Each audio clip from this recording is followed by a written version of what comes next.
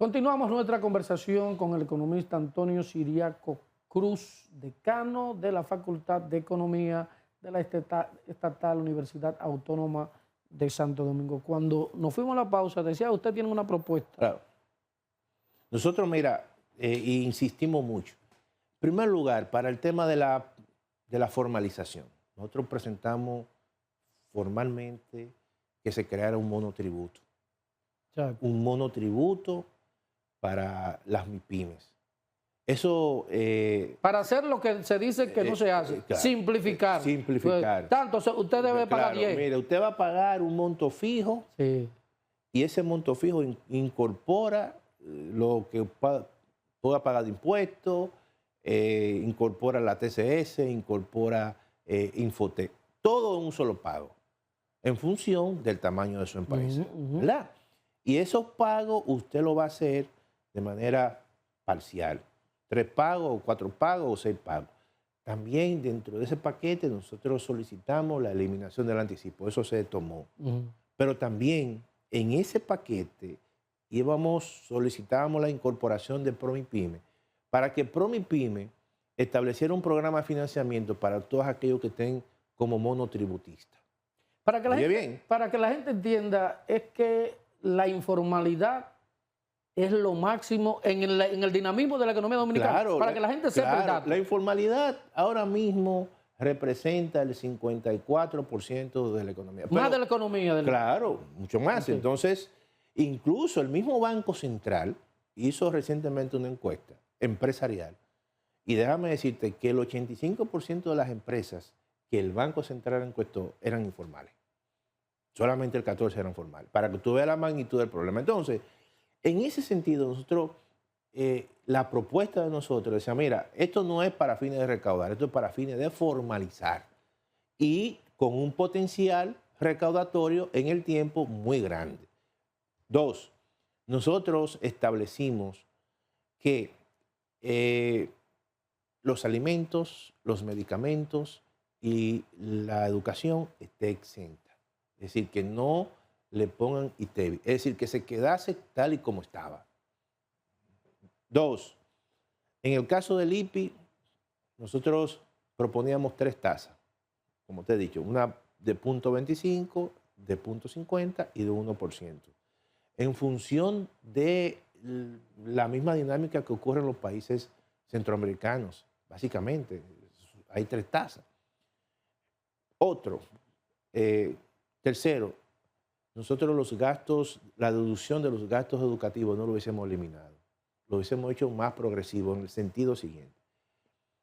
Con la propuesta que presentó el gobierno, se elimina la deducción de los gastos educativos cuando tú presentas tu declaración sobre impuestos sobre la renta. Asumiendo de que muchos hogares dominicanos se endeudan para poner sus hijos en el colegio bilingüe y para ponerlo en universidades privadas, y que al final entonces cuando presentaran su declaración de impuestos sobre la renta se lo deducían, nosotros decimos, no lo elimine.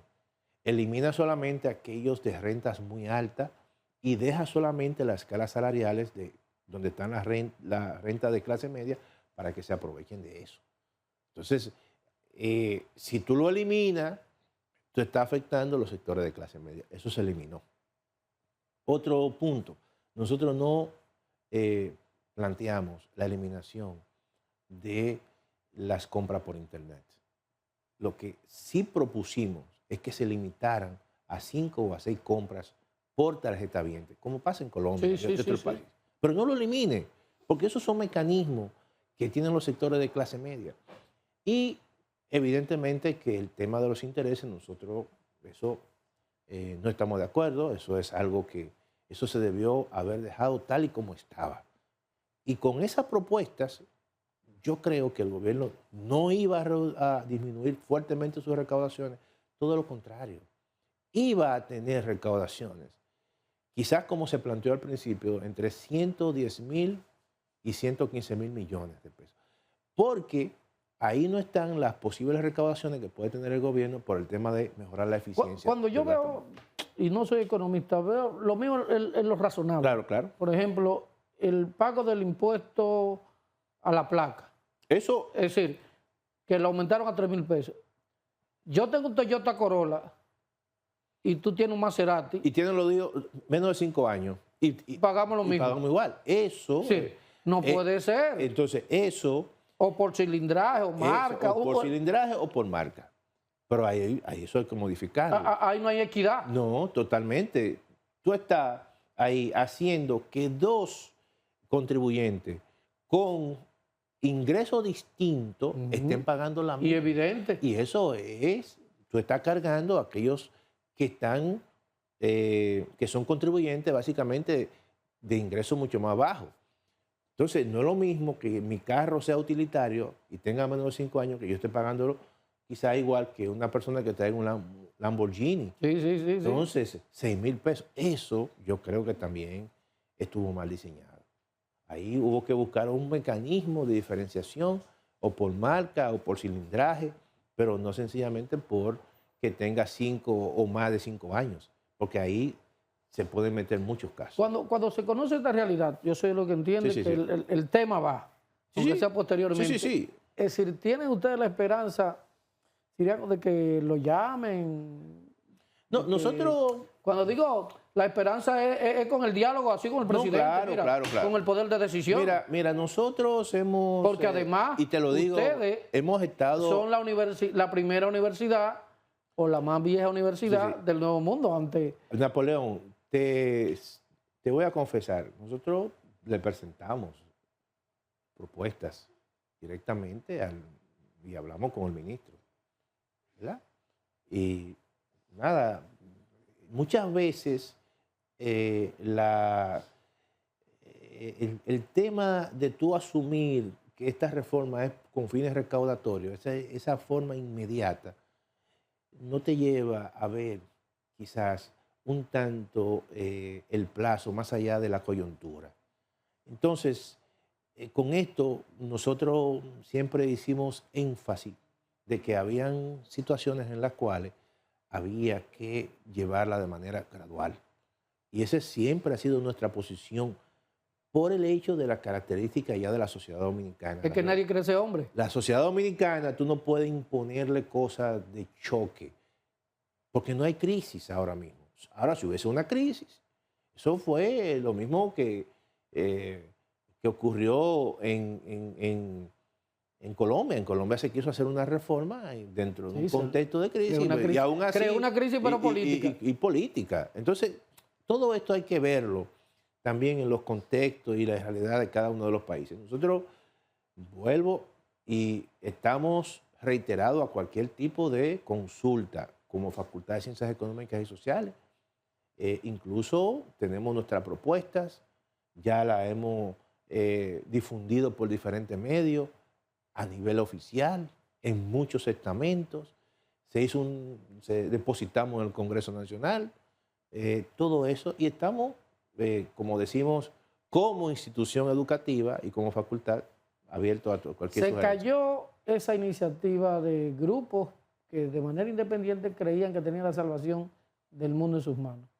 ¿Qué le toca al presidente Abinader ahora? Porque tú estabas haciendo un cerebro cuando a ti te dicen, ok, a ti te van a entregar 1,000 pesos y resulta que tú vas a seguir recibiendo los mismos 300 de siempre. Mira, yo creo que en esto el presidente de la República no debe desesperarse. Su segundo mandato apenas inicia y apenas tiene 2 meses. Y yo creo que todavía hay mucho camino por recorrer. Yo lo que pienso que debe profundizar todo el tema de la racionalización del gasto público. Tiene que ver, abrirse un tanto más, o el equipo económico, a escuchar las consultas de los diferentes sectores. Debe haber ahora un espacio de diálogo en la medida que va profundizando el tema de la racionalización del gasto público. Y luego entonces ya cuando se llegan a diferentes consensos, mínimo, vamos a decir, puede someter el proyecto. Pero tomando en consideración de que no hay esa prisa, de que la economía dominicana no está en crisis y que eso le da un tiempo prudente en lo que resta del año o parte del año 2025. Porque se sometió un proyecto de presupuesto del 2025. Ese proyecto de presupuesto no incorporaba la reforma fiscal. ni el tema de la fusión. Y yo creo que ahora puede tener más tiempo y posteriormente, en los próximos meses, 2025, puede reformular el presupuesto o establecer, como se dijo al principio, una adenda para los fines de incorporar ya todo lo que se pueda discutir y todo lo que se pueda llevar a consenso. ¿Cómo tú crees que terminará el año en términos económicos? En términos de números y en términos de bolsillo para la gente, porque la gente dice, que el Banco Central, que los números... Yo creo lo siguiente, yo creo que la economía dominicana es una economía incluso todavía que tiene capacidad para seguir creciendo. Siempre la gente se queja, pero cuando tú hablas con extranjeros, nosotros tuvimos un congreso recientemente, terminó la semana pasada, congreso internacional. Habían economistas, contadores, administradores de 7 países de América Latina. Y me decían a mí, y comenzaban a hablar, me dice un peruano, una actividad, pero mira, ustedes han mejorado mucho. Ustedes se ven como que... Y esa es la percepción que hay. Se ven prósperos. Dice, se ven prósperos. Porque y además hay un tema que esos países no lo tienen, es la tranquilidad y la estabilidad política. Entonces, muchas veces, cuando tú te miras tu propio ombligo, a lo mejor lo ves distorsionado, pero cuando otro lo ve de otra manera. Yo creo que la economía dominicana, al margen de todo, que tiene muchos problemas para resolver, pero aquí en las últimas décadas ha habido una mejoría en la población dominicana. Quizás el presidente vio eso que tú señalas de que no se podría poner en juego esa tranquilidad institucional, esa tranquilidad política, que somos un ejemplo en toda Latinoamérica. Mira, yo te voy a poner el ejemplo del turismo. O sea, el mismo gobierno tiene proyectos importantes en la zona sur.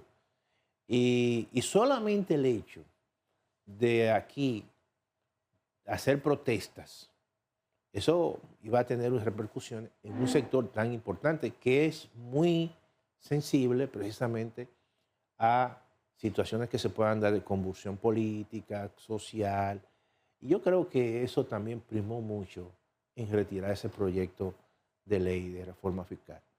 Este es un país que se insertó en el mundo sobre el tema del turismo, se conoce bastante a través del turismo y eso también lo hace ser un país relativamente frágil.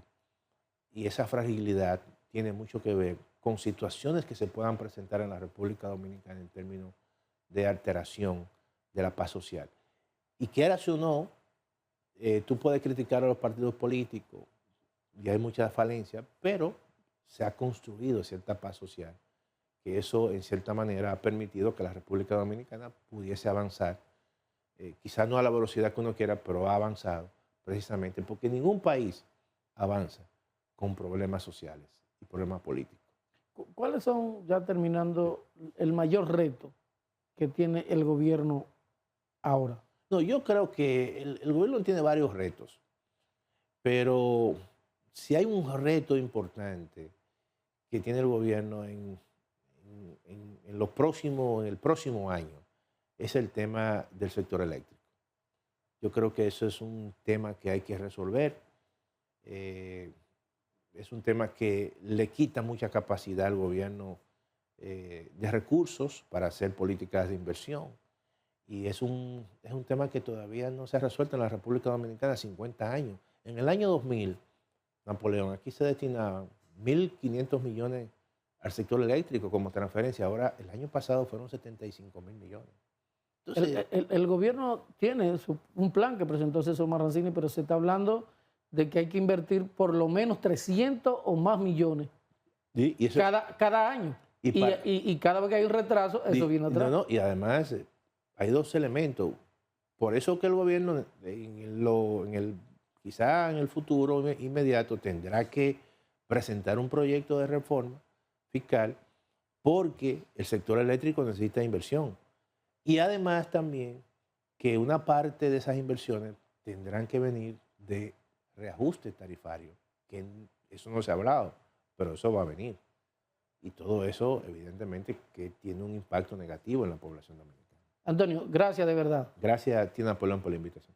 Y gracias a ustedes por acompañarnos y ver en toda su dimensión los pros y los contras de un proyecto de reforma fiscal que llevó al presidente al final a retirarlo.